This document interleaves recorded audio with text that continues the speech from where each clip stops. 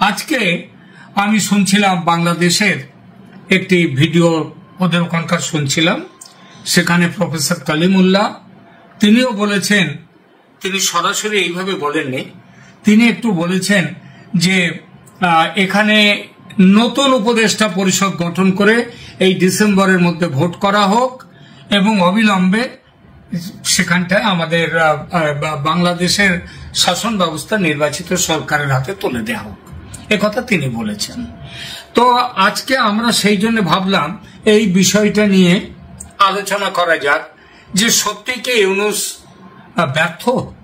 কারণ ইউনূস তো নিজে পরশুদিন অর্থাৎ গত শুক্রবার তিনি যে জাতির উদ্দেশ্যে ভাষণ দিয়েছেন সেখানে তিনি তার নিজের সরকারের কাজের ফেরিস্তে দিয়েছেন। সুতরাং আমরা একটু অন্য জায়গার থেকে দেখি, তিনি তো তার কাজের ফেরিস্তে দিয়েছেন, আমরা দেখি যে সত্যি কি ইউনূস ব্যর্থ নাকি সফল, নাকি কিছুটা সফল কিছুটা ব্যর্থ, আমরা এগুলো একটু দেখি।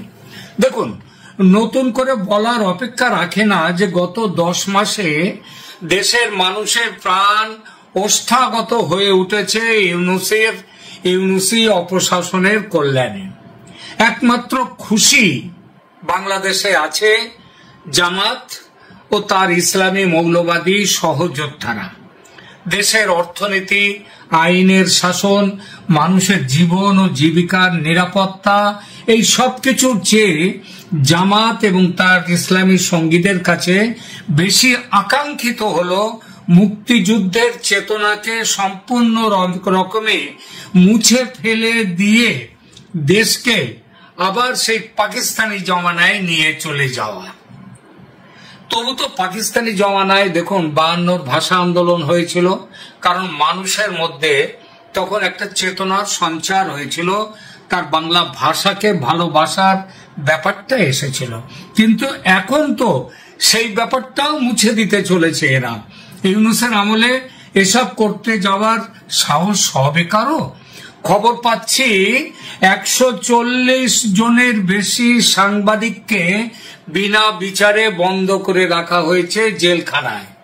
আচ্ছা, ফ্যাসিস্ট হাসিনার আমলে কে একসঙ্গে এইরকম 140-150 সাংবাদিককে কখনো বন্দী করে রাখা হয়েছিল? যারা যদি কেউ এই বিষয়ে কোনো খবর দিতে চান তারা দিতে পারেন কমেন্ট সেকশনে। আমি যতদূর জানি যে কোনো সাংবাদিককে এইভাবে বিনা বিচারে সাংবাদিকদের দলকে এইভাবে কোনোদিন আটকে রাখেনি শেখ হাসিনার সরকার। তারপরে ধরুন, আয়নাঘর নিয়ে এত কথা রটেছিল বাজারে, সেই আয়নাঘরকে যখন জনসমক্ষে পেশ করলেন ইউনূস, তখন দেখা গেল সেই ঝাঁ চকচকে আয়নাঘর দেখার পর মানুষ এখন আর বাংলাদেশের আয়নাঘরের বিভৎসতার কথা আর উল্লেখই করে না। সেই প্রসঙ্গ একেবারে মানুষ যেন তাদের মুখে আর জিভের ডগায় নিয়ে আসে না। কথায় বলে পেটে খেলে পিঠে সয়, যে কথা বলছিলাম যে পেটে খেলে পিঠে সয়। শেখ হাসিনা দেশের অর্থনীতিকে এমন উচ্চতায় নিয়ে গিয়েছিলেন যে দারিদ্র দূরীকরণের বিশ্বব্যাপী মানচিত্রে বাংলাদেশ একদম ওপরের জায়গাটি দখল করে নিয়েছিল দারিদ্র দূরীকরণের ব্যাপারে। IMF, ওয়ার্ল্ড ব্যাংক এদের তথ্য তার প্রমাণ দেবে। যে পোশাক শিল্প ফুলে ফলে বেড়ে উঠেছিল হাসিনার আমলে এবং দেশের অর্থনীতিকে একটা কি বলবো অনন্য সাধারণ উচ্চতায় পৌঁছে দিয়েছিল, আজ সেটা কঙ্কালসার ধুঁকছে। শেখ হাসিনার আমলে যেখানে জিডিপি এমন সময় মিনিমাম 6%, কখনো 8% সেখানে উঠেছিল, সেটা আজকে নেমে এসছে 2%-এর কাছাকাছি। তারপরে ধরুন, মব জাস্টিসের নামে বিরোধীদের খতম করার যে কালচার আজ দখল করে ফেলেছে বাংলাদেশকে, সেভাবে পিটিয়ে মারার, লুট করার ইতিহাস কি হাসিনার আমলে ছিল? হাইকোর্ট, সুপ্রিম কোর্টের বিচারকদের কথা ধরুন, তাদের পদত্যাগে বাধ্য করা, তাদের জায়গায় পছন্দের বিচারপতি বসানো এবং বিচারপতিদের দিয়ে সুবিধা মতো বিচার বা আদেশ বের করে নেওয়া, এগুলো কি শেখ হাসিনার আমলে ছিল?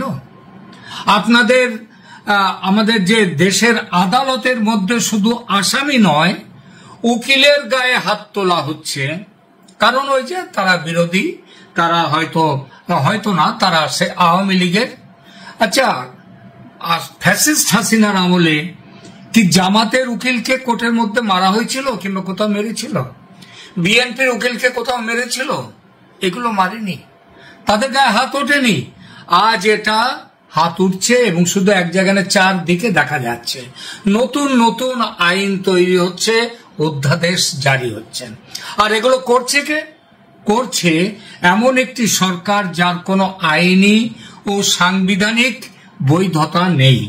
গায়ের জোরে গদি দখল করা একটা সরকার, তারা নিজেদের মধ্যে যা খুশি তাই করে যাচ্ছে, বলার কেউ নেই, বলতে গেলে জেলের মধ্যে ঢোকানো হবে। এরা হাসিনাকে বলেছে নির্বাচনে রিগিং করে, জালিয়াতি করে জিতে আসা সরকার। সেই রিগিং করলো, 40% মানুষ তো ভোট দিয়েছে আওয়ামী লীগকে, আর বাংলাদেশিদের এই ভোট তো আওয়ামী লীগ পেয়েছিল। কিন্তু যে সরকার বর্তমান আছে, এই ইউনূস, এই সরকার ঠিক কটা মানুষের সমর্থন পেয়েছে? সে সমর্থন তো না নিয়েই তারা এসেছে। এতদিন ধরে যে খুব শুনেছি, শেখ হাসিনা ও তার পরিবার হাজার হাজার কোটি টাকা লুট করে বিদেশে পাঠিয়েছে। আচ্ছা, গত 10 মাসে একটা টাকা উদ্ধার তো দূরের কথা, কোথায় কোন ব্যাংকে সেসব টাকা জমা আছে সেই ব্যাংকগুলোর কোনো নাম কি দিতে পেরেছে সরকার? তাদের বরং বর্তমানে দেশের হর্তাকর্তা হয়েছেন যারা, তাদের আঙুল ফুলে কলা গাছ হওয়ার কথা শুনছে। হয়তো এইসব অভিযোগের সব সত্যি নাও হতে পারে, কিন্তু এটা তো জলজান্ত দেখা যাচ্ছে যে এই অন্তর্বর্তী সরকারের যিনি প্রধান, তিনি তার নিজের ফাঁকি দেয়া 666 কোটি টাকা, করের টাকা, যেটা কর হিসেবে তার দেওয়া ছিল রাষ্ট্রকে, যে টাকা পেলে বাংলাদেশ তার বর্তমানে তার আর্থিক দুরবস্থা কিছুটা অন্তত কাটিয়ে উঠতে পারত, তিনি করলেন কি? মোহাম্মদ ইউনূস, তিনি ক্ষমতায় বসেই তার নিজের ফাঁকি দেওয়ার টাকাটা, সেই টাকাটা, করের টাকাটা মুকুব করে দিয়েছেন, অর্থাৎ আর কোনো কেস নেই। এই টাকাটা কিন্তু তার লাভের টাকা, তার থেকে যেটা কর সেইটা। হাসিনা কি তার নিজের জন্য এমন কোন সুবিধে কখনো নেওয়ার কথা ভেবেছেন? নিজের সুবিধার কথা ভাবলে শেখ হাসিনাকে আজ দেশ ছেড়ে, ক্ষমতা ছেড়ে এভাবে চলে যেতে যে হতো না, সেটা আপনারা অনেকেই মানবেন। সেন্ট মার্টিনস আমেরিকার হাতে তুলে দিলে ক্ষমতা হারাতে হতো না শেখ হাসিনাকে, এই কথা তিনি নিজে বারবার বলেছেন। এমনকি তার বাবা শেখ মুজিবকেও অকালে প্রাণ হারাতে হতো না যদি তিনি আমেরিকার কথা শুনে চলতেন। তখনও কিন্তু ওই আমেরিকার ঘাঁটি বাংলাদেশে হওয়ার কথা উঠেছিল। কিন্তু ইউনূসকে দেখুন, বাংলাদেশে মানবিক করিডোর দেওয়ার নামে আমেরিকানদের ঘাঁটি তৈরি করতে দিচ্ছেন, সেন্ট মার্টিন আইল্যান্ড দিয়ে দিচ্ছেন। কে বেশি দেশপ্রেমিক তাহলে? ডক্টর মোহাম্মদ ইউনূস? কে বেশি সৎ, ডক্টর মোহাম্মদ ইউনূস নাকি শেখ হাসিনা? 21শে মে সেনা দরবারে সেনাপ্রধান বলেছেন তিনি অনেক সহ্য করেছেন, আর নয়, নির্বাচন প্রক্রিয়া শেষ করতে হবে ডিসেম্বরের মধ্যে, যাতে 1 জানুয়ারিতে নতুন সরকার আসতে পারে। বলেছেন দেশের সার্বভৌমত্ব বিসর্জন দিয়ে মানবিক করিডোরের বাহানায় আমেরিকার ঘাঁটি তৈরি করতে দেয়া হবে না বাংলাদেশের মাটিতে। বলেছেন চট্টগ্রাম বন্দর বিদেশিদের হাতে তুলে দেয়া যাবে না। এ ব্যাপারে সিদ্ধান্ত নেয়ার অধিকার একমাত্র আছে নির্বাচিত সরকারের, এ কথাটাও বলেছেন জেনারেল ওয়াকারুজ্জামান। এই একই কথা পরে আবার বলেছেন বিএনপি সমেত আরো বেশ কিছু রাজনৈতিক দলের পক্ষ থেকে। কিন্তু দেখুন, গত পরশু শুক্রবার মোহাম্মদ ইউনূস জাতির উদ্দেশ্যে দেয়া ভাষণে তুড়ি মেরে উড়িয়ে দিয়েছেন এসব দাবি। এমন কথা বলেছেন যাতে বোঝা যায় যে তোমাদের কথা কেয়ার করি না। এখন একটা প্রশ্ন আসে, কোন সাহসে, কোন অধিকারে, কোন সাহসে ইউনূস এসব কথা বলতে পারছেন? আর কোন ভয়ে ওয়াকারুজ্জামান তারাও একটা ব্যবস্থা নিতে পারছেন না ইউনূসের বিরুদ্ধে? আমি আগেই বলেছি যে মানুষের ভোটে জিতে ক্ষমতায় আসেনি এই সরকার, সংবিধানের কোনো সমর্থন নেই এই সরকারের পিছনে। এখন জানা যাচ্ছে সুপ্রিম কোর্টের যে ওপিনিয়ন বা অভিমতের উপরে ভিত্তি করে তাকে উপদেষ্টার দায়িত্ব দেয়া হয়েছিল, সেই অভিমতটিও, সেই ওপিনিয়নটিও জাল। সেটা জাল ওপিনিয়ন, জালিয়াতি করে তৈরি করা। কিন্তু জালিয়াতি করে তৈরি করা সেই অভিমতটিতেও অন্তর্বর্তী সরকারের কথা বলা হয়নি, কারণ সেটা বললে সংবিধান বিরুদ্ধ কথা বলা হতো। সেই ভয়ে তারা ঘুরিয়ে বলেছিল যে অন্তর্বর্তী ব্যবস্থা হিসেবে উপদেষ্টা নিয়োগ করে দেশ চালানো হবে। কে চালাবেন? স্বাভাবিকভাবে রাষ্ট্রপতি, কারণ তিনিই তো এদেরকে নিয়োগ দিয়েছেন। অর্থাৎ ইউনূসরা সরকার নন, তারা হচ্ছেন সরকারের অ্যাডভাইজার, অ্যাডভাইস দেন, উপদেশ দেন, উপদেশটা কি করা যাবে। কিন্তু এখন এমন ভাবে চলছে এই সরকার, মানে ইউনূস অ্যান্ড কোম্পানি, যেন তারাই সরকার। নতুন নতুন আইন করছে, অধ্যাদেশ জারি করছে, ট্রাইব্যুনালের নিয়ম পাল্টে দিচ্ছেন। এগুলোর কোনোটাই করার অধিকার নেই তাদের। আর এগুলো যে সেনাপ্রধান জানেন না, বিএনপি জানে না, অন্য রাজনৈতিক দলগুলো জানে না তা কিন্তু নয়। তিনি সেজন্যই সেনাপ্রধান 21শে মের ভাষণে তিনি বলে দিয়েছেন যে নির্বাচিত সরকার আর এই বর্তমান সরকারের ফারাকের কথা। এটা অনেক দেরি করে বলে ফেলেছেন, এটা অনেক আগেই তার বলা উচিত ছিল। বলে না, সে বিয়ের প্রথম রাতেই, পয়লা রাতেই বিড়াল মারতে হয়।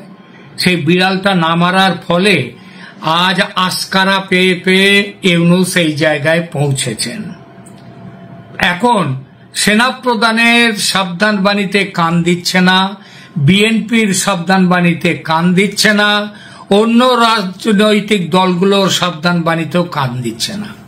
আচ্ছা, একটা প্রশ্ন যেটা দিয়ে শুরু করেছিলাম, অনেকেই বলেছেন এত সাবধান বাণীর দরকারটা কি?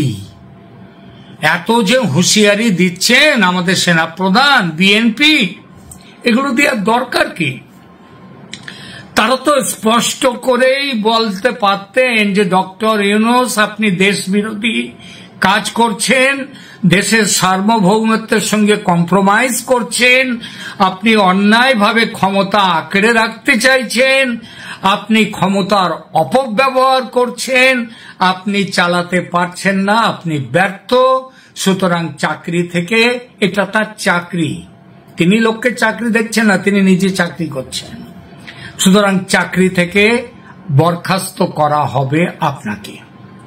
আর রাষ্ট্রপতি সেই বরখাস্তের চিঠিতে, এক লাইনের একটি বাক্যের চিঠিতে তাকে বরখাস্ত করে দেবেন। কোন আইন, সংসদীয় আইন বলুন, সাংবিধানিক আইন বলুন, শ্রমিক আইন বলুন, কোন আইনেই ক্ষমতা জবরদখল করে থাকা একজন ব্যক্তি তিনি আইনের শাসন পেতে পারেন না। তাহলে এই কথাগুলো কেউ বলছে না কেন? আটকাচ্ছেটা কোথায়? গত জুলাইয়ে গণ আন্দোলনে জনতার সমর্থনের পাল্লা এখন প্রায় শূন্যে নেমে এসেছে। এখন ইউনূসের সঙ্গে কেবল আছে জামায়াত আর তার মৌলবাদী সঙ্গীরা, আর সম্প্রতি নিজেদের স্বার্থ দেখার জন্য এদের সাথে আঁতাত করেছে আমেরিকা। 21শে মের দরবারি আলোচনার পর আমেরিকা একটু ব্যাকফুটে গেছে, ইউনূস নিজেও একটু থমকে গিয়েছেন। কিন্তু উনি ইউনূস বড় মাঠের খেলোয়াড়, উনি এখনো তেজ তার আছে, প্ল্যান তারও আছে। এবং পরিষ্কারভাবে বলছি, ওই যে এপ্রিলের প্রথমার্ধে, 26 এপ্রিলের 15 তারিখের মধ্যে ভোট করার যে কথা তিনি বলছেন, সেটি হবে না। কারণ শেষ মুহূর্তে উনি সময় যথাসময়ে উনি নির্বাচন কমিশনারকে দিয়ে বলে দেবেন এখন ভোট করার সময় নেই। এছাড়া তার মাথায় আরো একটা প্ল্যান আছে, এবার বলবো সেই প্ল্যানের কথাটা। সরি, সেই প্ল্যানটা হলো, আপনারা খেয়াল করেছেন এই গত শুক্রবারের ভাষণেও তিনি ইউনূস যুদ্ধের সম্ভাবনার কথা বলেছেন। এর আগেও তিনি যেখানেই তিনি বায়ুসেনার তাদের কুচকাওয়াজে গেছেন, সেখানে গিয়েও তিনি যুদ্ধের জন্য তৈরি থাকার কথা বলেছেন। ওই ভারত পাকিস্তান লড়াই শুরু হওয়ার ঠিক আগে কিংবা শুরু হচ্ছে যখন, তখন এই কথাগুলো তিনি বলেছেন। তিনি যখনই সময় পান বলেন যুদ্ধের জন্য তৈরি হন। প্রশ্ন করুন কার সঙ্গে যুদ্ধের জন্য তৈরি থাকতে বলছেন উনি? কারণ বাংলাদেশের সঙ্গে লড়াই করবার জন্য এই মুহূর্তে তো ভারত ছাড়া কারোর নাম নেই। ওনার চারদিকেই, তিন দিকেই ভারত, একদিকে মায়ানমার আছে। মায়ানমার তারা তো আরাকান আর্মির সঙ্গে রয়েছে যুদ্ধে, আর আরাকান আর্মি তো এখন বাংলাদেশের তাদের যথেচ্ছ আসা যাওয়া। তাহলে যুদ্ধটা কার সাথে? নেপালের সাথেও নয়, ভুটানের সাথেও নয়, কারণ তারা তো যেতে গেলে ভারতের ওপর দিয়ে যেতে হবে।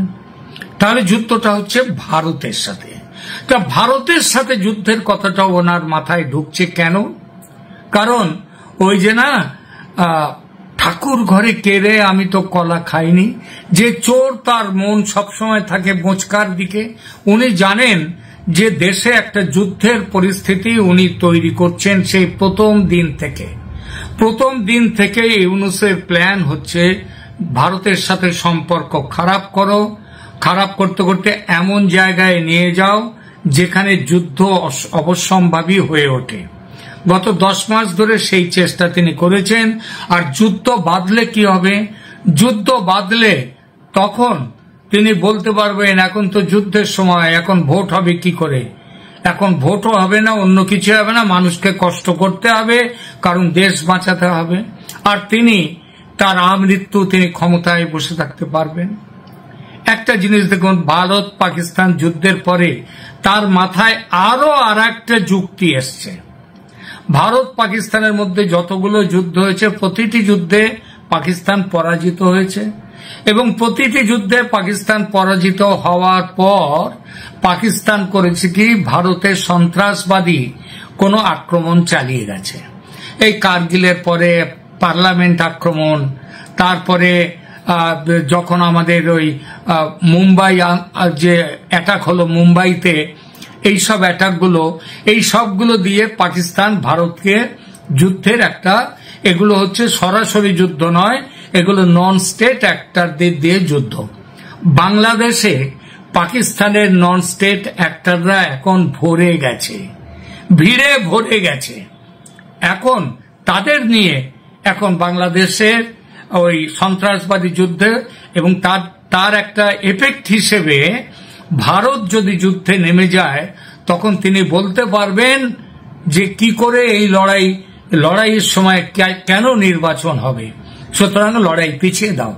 এই প্রসঙ্গে আপনাদের মনে করিয়ে দিই, এই বিষয়টা নিয়েও আমি একটি ভিডিও করেছি যে গতকাল সকালে 50,000 ওই KNF কুকি চীন ন্যাশনাল ফ্রন্ট, তারা হচ্ছে মায়ানমারের কুকি চীন প্রদেশের অধিবাসী, তারা হচ্ছে সেখানকার বিদ্রোহী গোষ্ঠী।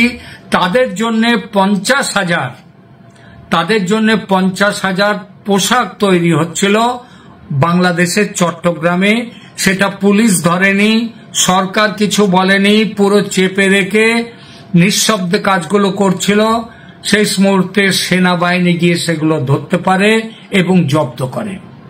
কুকি চীনের তাদের বিদ্রোহীদের সংখ্যা খুব বেশি হলে বাংলাদেশে 10,000 আছে। এই 10,000 কারণ তাদের যারা যুবক তাদের সংখ্যা বড়জোর 10,000। তাহলে 50,000 পোশাক তাদের জন্য কেন? তাও কমব্যাট ইউনিফর্ম, যুদ্ধের পোশাক। কারণ হচ্ছে এদের সাথে ওই যে নতুন যে ইসলামী সংগঠনরা কয়েকটা মিলে একত্র হয়েছে, তারা আর এই কুকি চীনরা মিলে তারা সন্ত্রাসবাদী কাজ করবার জন্য তারা উত্তর পূর্ব ভারতে অথবা বাংলায়, কলকাতাও তাদের আক্রমণের নিশানায় আছে। এবং এই নিশানাটা যদি হয়, এইটা যদি এই যুদ্ধ যদি বাধে, কারণ উনি ভেবেছেন, ইউনূস ভেবেছেন ভারত সহজে যুদ্ধে নামেনি।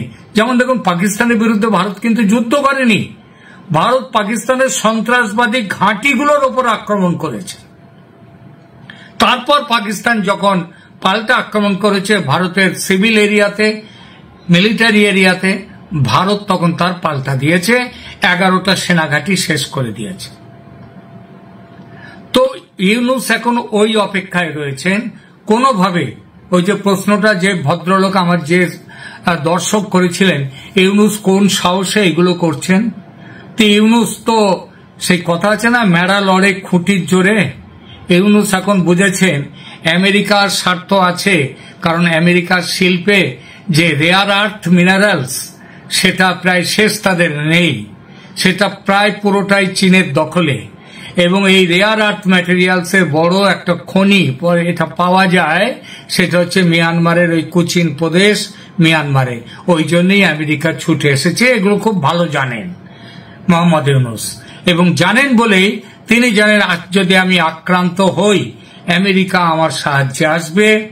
আর পাকিস্তানের যে নন স্টেট অ্যাক্টর সন্ত্রাসীরা, তারা এসে গেছে, পাকিস্তান তো যথেষ্ট পরিমাণ গোলা বারুদ পাঠিয়ে দিয়েছে। সুতরাং এখন যুদ্ধটা বাধুক কোন রকমে, উনি এই যুদ্ধের বাহানা দিয়ে উনি আরো দীর্ঘদিন তিনি ক্ষমতায় থাকবেন। তার জন্যই তিনি সেনাবাহিনীকে অস্বীকার করছেন, তিনি বিএনপির কথা শুনছেন না, কমিউনিস্টদের কথা শুনছেন না, কারো কথা শুনছেন না।